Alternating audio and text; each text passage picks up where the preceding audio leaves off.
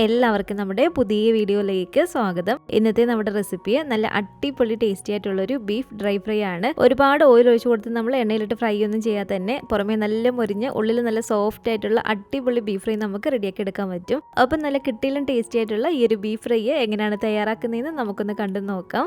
ഈ ഒരു വീഡിയോ കണ്ടുകൊണ്ടിരിക്കുന്ന സമയത്ത് നിങ്ങൾക്ക് ഇഷ്ടപ്പെടുവാണെങ്കിൽ മറക്കാതെ തന്നെ ഒരു ലൈക്ക് ബട്ടണും കൂടെ ഒന്ന് ക്ലിക്ക് ചെയ്യണേ. ചാനലൊന്ന് സബ്സ്ക്രൈബ് ചെയ്ത് സപ്പോർട്ടും കൂടി ചെയ്യുക. അപ്പം ഈ ഒരു ബീഫ് ഫ്രൈ റെഡിയാക്കി എടുക്കാൻ വേണ്ടിയിട്ട് ഞാനിപ്പോൾ ഇവിടെ 1 കിലോ ബീഫാണ് കേട്ടോ എടുത്തിരിക്കുന്നത്. 1 കിലോ ബീഫ് നന്നായിട്ട് ക്ലീൻ ചെയ്ത് കഴുകി അതിൻ്റെ വെള്ളമൊക്കെ തോർന്ന് ഇതുപോലെ ഒന്ന് കട്ട് ചെയ്തെടുത്തിട്ടുണ്ട്. ഞാനിപ്പോൾ അത്യാവശ്യം ഈ ഒരു വലുപ്പത്തിലാണ് കട്ട് ചെയ്തെടുത്തിരിക്കുന്നത്. ബീഫ് ഫ്രൈക്ക് ആയതുകൊണ്ട് നമുക്ക് കുറച്ചും കൂടി ചെറിയതാക്കിയിട്ട് വേണമെങ്കിലും കട്ട് ചെയ്തിട്ട് എടുക്കാം. അപ്പോൾ ഈ ഒരു കുക്കറിലേക്ക് ഞാൻ ബീഫ് ഇട്ട് കൊടുത്തിട്ടുണ്ട്. ഇതിലേക്ക് നമുക്ക് 1 ടേബിൾ സ്പൂൺ അളവിൽ കാശ്മീരി മുളക് പൊടി ചേർത്ത് കൊടുക്കാം. എരിവുള്ള മുളക് പൊടിയാണെങ്കിൽ നിങ്ങളുടെ ഒരു എരിവിനനുസരിച്ച് ചേർത്ത് കൊടുക്കുക. അതുപോലെ തന്നെ ഒരു 2 ടീസ്പൂൺ അളവിൽ മല്ലിപ്പൊടി ചേർത്ത് കൊടുക്കാം. ചെറിയ ടീസ്പൂണിലാണ്. 1/4 ടീസ്പൂൺ അളവിൽ മഞ്ഞൾപ്പൊടിയും 1/2 ടീസ്പൂൺ അളവിൽ ഗരം മസാലയും കൂടി ചേർത്ത് കൊടുത്തിട്ടുണ്ട്. ഇതിലേക്ക് നമുക്കൊരു 3/4 ടീസ്പൂൺ അളവിൽ കുരുമുളക് പൊടി ഇട്ട് കൊടുക്കാം. ആവശ്യത്തിനുള്ള ഉപ്പും കൂടി ഇട്ട് കൊടുക്കുകയാണ്. 1 ടേബിൾ സ്പൂൺ അളവിൽ നമുക്കിതിലേക്ക് വെളിച്ചെണ്ണ ചേർത്ത് കൊടുക്കാം. ഈ ഒരു റെസിപ്പി നമ്മൾ വെളിച്ചെണ്ണയിൽ തന്നെ വേണം കേട്ടോ ചെയ്യാൻ വേണ്ടിയിട്ട്, എങ്കിൽ മാത്രമേ നല്ലൊരു ടേസ്റ്റ് ഉണ്ടാവത്തുള്ളൂ. അതുപോലെ തന്നെ 1 തണ്ട് കറിവേപ്പിലയും കൂടി ഇട്ട് കൊടുത്തിട്ട് കൈ കൊണ്ട് നന്നായിട്ട് നമ്മൾ ഇതുപോലെ ഞെരടിയിട്ട് എടുക്കണം.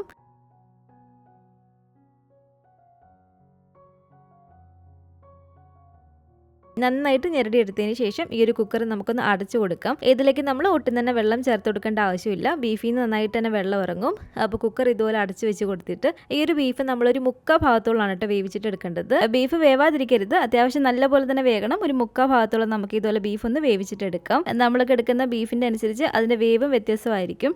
അപ്പോൾ സാധാരണ എങ്ങനെയാണ് നമ്മൾ വേവിക്കുന്നത് ആ ഒരു രീതിക്ക് വേവിച്ചിട്ടെടുക്കുക. ഹൈ ഫ്ലെയിമിൽ 1 വിസിലും പിന്നെ 3 വിസിലും നമ്മൾ ലോ ഫ്ലെയിമിലിട്ട് അടിക്കുമ്പോഴത്തേക്കും ഏകദേശം 1/4 ഭാഗത്തോളം തന്നെ എനിക്ക് ബീഫ് വെന്ത് കിട്ടും. അപ്പോൾ വിസിലടിച്ച് അതിൻ്റെ പ്രഷർ പൂർണ്ണമായിട്ടും പോയതിന് ശേഷം നമുക്കിതൊന്ന് തുറന്ന് നോക്കാം. അപ്പോൾ ബീഫ് ഏകദേശം 1/4 ഭാഗത്തോളം തന്നെ എനിക്ക് വെന്ത് കിട്ടിയിട്ടുണ്ട്. ഇതിലേക്ക് നമ്മൾ വെള്ളമൊന്നും ചേർത്ത് കൊടുത്തിട്ടില്ല, എന്നാൽ അത്യാവശ്യം ബീഫിൽ നിന്ന് തന്നെ നന്നായിട്ട് തന്നെ വെള്ളം ഇറങ്ങിയിട്ടുണ്ട്. ഈ ഒരു വെള്ളമൊന്നും നമ്മൾ കളയരുത്. ഇനി നമുക്കിതിലേക്ക് വേണ്ടത് ഇതുപോലെ ചെറിയ ഉള്ളിയാണ്. ഈ ഒരു റെസിപ്പിയിലേക്ക് നമ്മൾ സവാള ഒരിക്കലും എടുക്കരുത്. ചെറിയ ഉള്ളി തന്നെ വേണം എടുക്കാൻ വേണ്ടിയിട്ട്, എങ്കിൽ മാത്രമേ നല്ലൊരു ടേസ്റ്റ് ഉണ്ടാവത്തുള്ളൂ.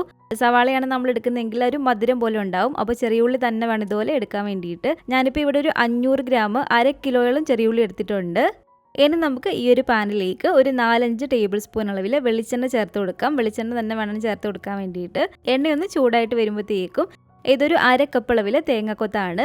തേങ്ങാക്കൊത്ത് നമുക്കിതിലേക്ക് ഇട്ട് കൊടുത്തിട്ട് ചെറിയതായിട്ടൊന്ന് വറുത്തിട്ടെടുക്കണം. ഇതുപോലെ നന്നായിട്ട് ഇളക്കി കൊടുത്ത് അത്യാവശ്യം ഇതിൻ്റെ കളറൊന്ന് ചേഞ്ച് ആയിട്ട് വരുമ്പോഴത്തേക്കും ഇതൊരു 5 ടേബിൾ സ്പൂൺ അളവിൽ വെളുത്തുള്ളി ഇതുപോലെ നീളത്തിൽ കട്ട് ചെയ്തിട്ടെടുത്താണ് കേട്ടോ. അപ്പോൾ 5 ടേബിൾ സ്പൂൺ അളവിൽ വെളുത്തുള്ളി ഇട്ട് കൊടുത്തിട്ടുണ്ട്. ഒരു 4 ടേബിൾ സ്പൂൺ അളവിൽ ഇഞ്ചി ഇതുപോലെ തിരി ചെറിയതായിട്ട് കനം കുറഞ്ഞ് നീളത്തിൽ കട്ട് ചെയ്തിട്ടെടുത്താണ്. അതും കൂടി നമുക്ക് ഇതിലേക്ക് ഇട്ട് കൊടുക്കാം. ഇതുപോലെ ഇഞ്ചിയും വെളുത്തുള്ളി ഇട്ട് കൊടുത്ത് ഇഞ്ചിയുടെയും വെളുത്തുള്ളിയുടെ ഒരു പച്ചച്ചുവ മാറി വരുന്നിടം വരെ നന്നായിട്ട് ഇളക്കി കൊടുക്കുക. ഇഞ്ചിയും വെളുത്തുള്ളി അത്യാവശ്യം നമുക്കൊന്ന് മൂത്ത് കിട്ടണം.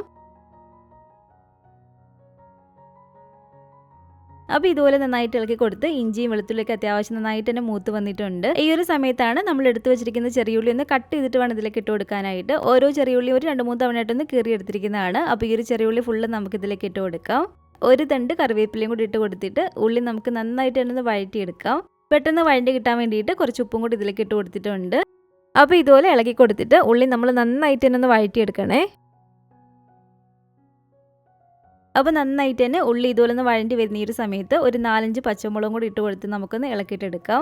കണ്ടില്ലേ, ഈ ഒരു പരുവത്തിന് വേണം നമ്മൾ ഉള്ളി ഒന്ന് വഴറ്റിയെടുക്കാൻ വേണ്ടിയിട്ട്. നമ്മൾ ഇട്ട് കൊടുത്ത ഉള്ളിയുടെ പകുതിയോളായിട്ടൊന്ന് വഴണ്ടി കിട്ടിയിട്ടുണ്ട്.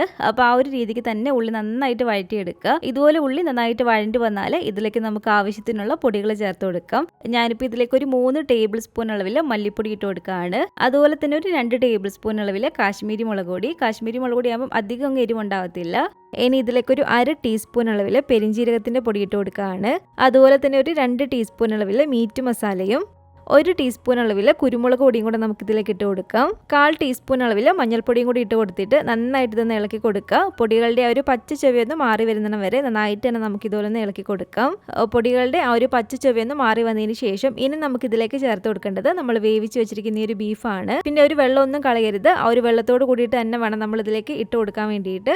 കാരണം നമ്മൾ 1/4 ഭാഗത്തോളം ബീഫ് വേവിച്ചിട്ടുള്ളൂ. അപ്പോൾ ഈ ഒരു വെള്ളത്തോട് കൂടിയിട്ട് തന്നെ വേണം നമ്മൾ ബീഫ് ഇട്ട് കൊടുക്കാൻ വേണ്ടിയിട്ട്.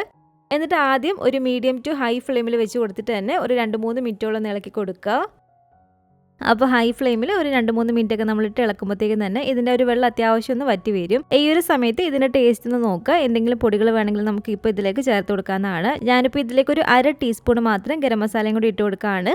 നിങ്ങൾ നോക്കിയിട്ട് ഒരു പൊടികൾ വേണമെന്നുണ്ടെങ്കിൽ മാത്രം ചേർത്ത് കൊടുത്താൽ മതി കേട്ടോ. അപ്പോൾ ഈ ഒരു 1/2 ടീസ്പൂൺ ഗരം മസാലയും കൂടി ഇട്ട് കൊടുത്ത് നന്നായിട്ട് നമുക്ക് ഇളക്കിയിട്ടെടുക്കാം. ഇനി നമ്മൾ തീ നന്നായിട്ടൊന്ന് കുറച്ച് വെച്ച് കൊടുക്കണം. ലോ ഫ്ലെയിമിൽ ഇട്ട് കൊടുത്തിട്ട് വേണം ഇനി നമ്മളിത് കുക്ക് ചെയ്തിട്ട് എടുക്കാൻ വേണ്ടിയിട്ട്. മീഡിയം ടു ലോ ഫ്ലെയിമിലേക്ക് മാറ്റി ഇട്ട് കൊടുത്തിട്ട് നല്ല ഡ്രൈ ആക്കി നമുക്കിതൊന്ന് എടുക്കണം. ഈ ഒരു വെള്ളമയൊക്കെ പറ്റി നല്ലൊരു ഫ്രൈ പരുവത്തിന് നല്ല ഡാർക്ക് കളറായിട്ട് നമുക്ക് കിട്ടും. അപ്പോൾ കുറച്ച് സമയം ഒന്ന് എടുക്കും. ഇതുപോലെ തീയൊന്ന് കുറച്ച് വെച്ച് കൊടുത്തിട്ട് നമുക്കൊന്ന് കുക്ക് ചെയ്തിട്ട് എടുക്കാം. ഈ ഒരു സമയത്ത് ഇതിൻ്റെ ഉപ്പ് നോക്കിയിട്ട് ആവശ്യമുണ്ടെങ്കിൽ ഇതുപോലെ ചേർത്ത് കൊടുക്കാനാണ്.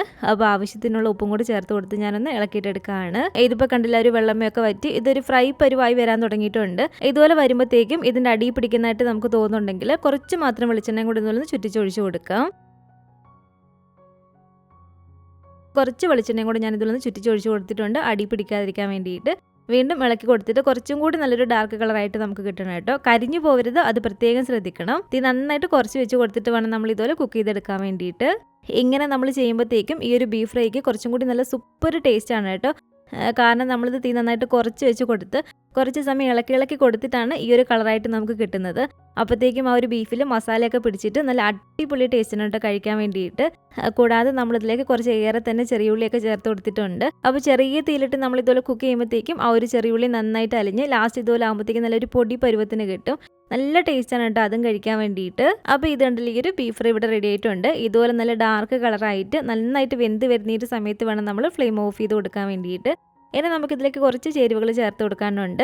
ഇനി നമുക്കിതുപോലെ ഈ ഒരു പാനിലേക്ക് കുറച്ച് വെളിച്ചെണ്ണ ഒഴിച്ച് കൊടുക്കാം. അതിലേക്ക് ഒരു 2-3 ടേബിൾ സ്പൂൺ അളവിൽ ചെറിയുള്ളി ചെറിയതായിട്ട് അരിഞ്ഞതും അതുപോലെ തന്നെ 1 ടേബിൾ സ്പൂൺ അളവിൽ വെളുത്തുള്ളി അരിഞ്ഞതും കൂടി ചേർത്ത് കൊടുത്ത് നന്നായിട്ട് നമുക്കൊന്ന് വറുത്തിട്ടെടുക്കാം. ഇത് രണ്ടും കൂടി ചേർത്ത് നന്നായിട്ടൊന്ന് മൂത്ത് വരുമ്പോഴത്തേക്കും ഒരു 4-5 വറ്റൽമുളക് ഇതുപോലെ നമുക്കൊന്ന് കട്ട് ചെയ്തിട്ട് ഇതിലേക്ക് ഇട്ട് കൊടുക്കാം.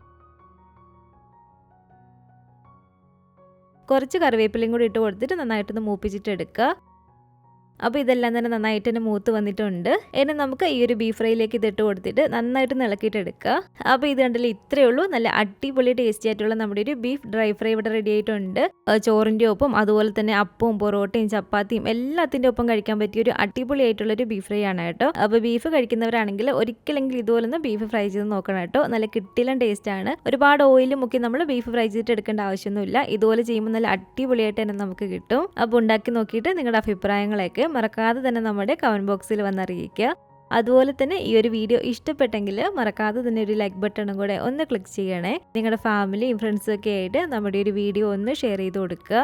പുതിയതായിട്ട് നമ്മുടെ ഈ ഒരു ചാനൽ ആരെങ്കിലും കാണുന്നുണ്ടെങ്കിലും ഇതുവരെയായിട്ടും ഈ ഒരു ചാനൽ സബ്സ്ക്രൈബ് ചെയ്തിട്ടില്ലെങ്കിലും താഴെ കാണുന്ന ഒരു റെഡ് സബ്സ്ക്രൈബ് ബട്ടണും കൂടെ ഒന്ന് പ്രസ് ചെയ്ത് സപ്പോർട്ട് ചെയ്യണേ. കൂട്ടത്തിൽ കാണുന്ന ബെല്ലൈക്കണും കൂടെ ഒന്ന് ക്ലിക്ക് ചെയ്ത് അതിൽ ഓൾ എന്ന ഒരു ഓപ്ഷൻ തന്നെ കൊടുക്കുകയാണെങ്കിൽ ഞാൻ പുതിയ റെസിപ്പികളൊക്കെ ഇടുന്ന സമയത്ത് നിങ്ങൾക്ക് അതിൻ്റെ നോട്ടിഫിക്കേഷൻ കിട്ടുന്നതായിരിക്കും.